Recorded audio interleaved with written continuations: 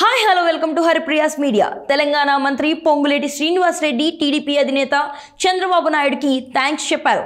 ఖమ్మంలో టీడీపీ ఆఫీసును సందర్శించిన సందర్భంగా పొంగులేటి వ్యాఖ్యలు చేశారు.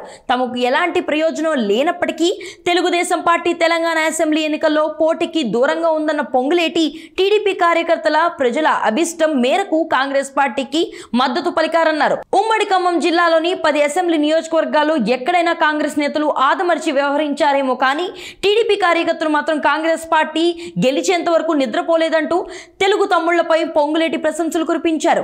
కాంగ్రెస్ పార్టీ తరపున ఆయన చంద్రబాబు నాయుడుకి ధన్యవాదాలు తెలిపారు. టీడీపీ ఆఫీస్ కు వెళ్లగానే ఎన్టీఆర్ విగ్రహానికి నివాళులర్పించిన మంత్రి టీడీపీ కాంగ్రెస్ వేరువేరు కాదని భవిష్యత్తులోనే కలిసి ఉంటామని చెప్పారు. పొంగులేటి శ్రీనివాస్ రెడ్డి ఏపీ సీఎం జగన్ కుటుంబానికి సన్నిహితుడైన విషయం తెలిసిందే. వైఎస్ఆర్సీపీ ద్వారానే పొంగులేటి రాజకీయాల్లోకి అడుగుపెట్టారు. 2014 లోక్సభ ఎన్నికల్లో వైఎస్ఆర్సీపీ అభ్యర్థిగా ఖమ్మం నుంచి పోటీ చేసిన పొంగులేటి టీడీపీ నుంచి పోటీ చేసిన నామా నాగేశ్వరరావుపై గెలుపొందారు. తెలంగాణ వైఎస్ఆర్సీపీ బాధ్యతలను జగన్ పొంగులేటికి అప్పగించారు. తదనంతరం పరిణామాల నేపథ్యంలో ఆయన కేసీఆర్ పార్టీలో చేరారు. అయినా సరే జగన్ కుటుంబంతో అనుబంధాన్ని కొనసాగిస్తూ వచ్చారు. ఏడాదిన్నర క్రితం ఖమ్మంలో జరిగిన పొంగులేటి కుమార్తె స్వప్నిరెడ్డి వెడ్డింగ్ రిసెప్షన్ కు షర్మిల హాజరయ్యారు. 2019 ఎన్నికల్లో పొంగులేటికి కేసీఆర్ టికెట్ నిరాకరించారు. ఆ తర్వాత ఆయనకు ఎలాంటి పదవి ఇవ్వలేదు. దీంతో నిరాశ చెందిన పొంగులేటి ఎన్నికల ముందు కాంగ్రెస్ పార్టీలో చేరారు. ఉమ్మడి ఖమ్మం జిల్లా నుంచి ఒక బీఆర్ఎస్ ఎమ్మెల్యేను కూడా అసెంబ్లీ గేట్ తాకనివ్వనని శపథం చేశారు. ఆయన అన్నట్టుగానే ఉమ్మడి ఖమ్మం జిల్లాలో కాంగ్రెస్ 8 స్థానాలు,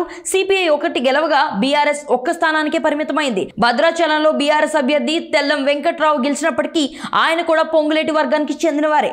ఒకప్పుడు వైఎస్ఆర్సీపీలో కీలక నేతగా ఉండి ఖమ్మంలో టీడీపీకి వ్యతిరేకంగా పోరాడటంతో పాటు జగన్ కు సన్నిహితుడైన పొంగులేటి శ్రీనివాస్ రెడ్డి ఇప్పుడు టీడీపీ ఆఫీస్ కు వెళ్లడంతో పాటు జగన్ కు బద్ధ శత్రువైన చంద్రబాబుకు థ్యాంక్స్ చెప్పడం గమనార్హం.